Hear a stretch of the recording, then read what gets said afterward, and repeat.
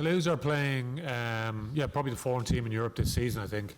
Obviously they're a team with great tradition, lots of things that we tried to aspire to be like over the course of the last 10 years or so.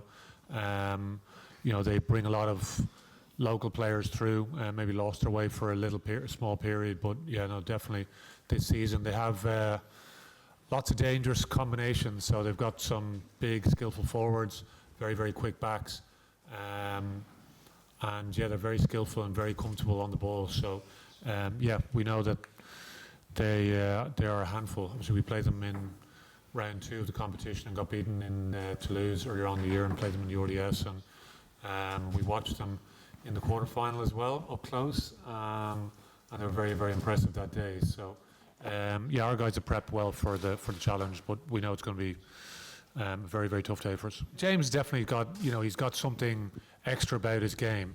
Very, very dangerous attacker. Makes things happen when he's on the ball.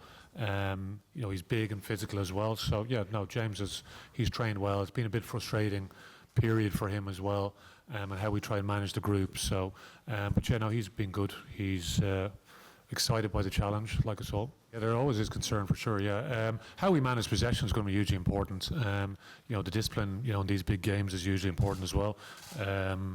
Like I watched their game last week, and you're trying to get a gauge as to what they'll do with their backline. Dupont is someone that seems to will always get picked, whether that's at 9 or 10.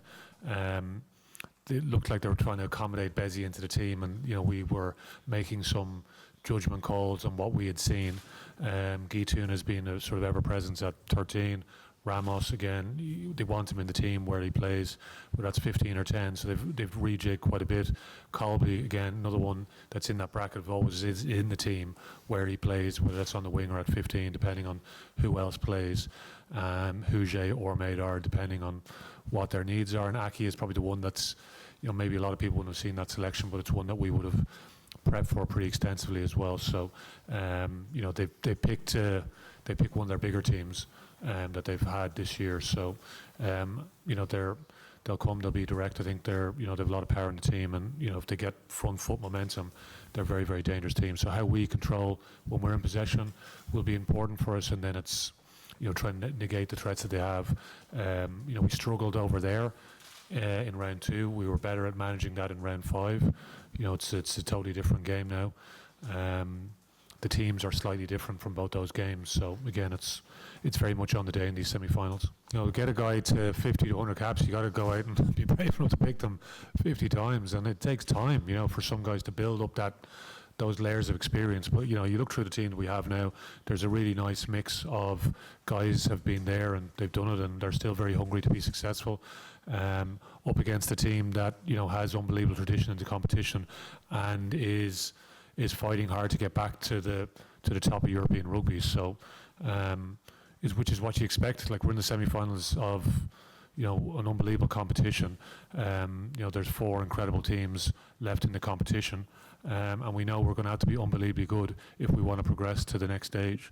So that's what we've tried to focus on, not just this week, but over the course of the last couple of weeks, where very much in our minds about how we manage the group. Our backroom team worked incredibly hard to making sure that guys are in best possible shape this time of season to fire when it really matters. But we'll see how it goes. But it's an unbelievable challenge for us. We're delighted to be here, and now we just want to perform in front of, which we hope will be lots of Leinster fans. I believe there's still some tickets available, so for those that want to pick them up late. I think it's easy to get bogged down. Like, it's a semi-final, so there's another semi-final going on. So it's not something that we would particularly focus on. Toulouse, I just think as a club that we've respected so much for such a long time, and to be at this stage of the competition, it's we find ourselves in, I don't know what the word is, a privileged position to be able to compete at this level, because we know, there was a period where Toulouse were the best team in Europe, and then some of the Irish teams had some strong periods.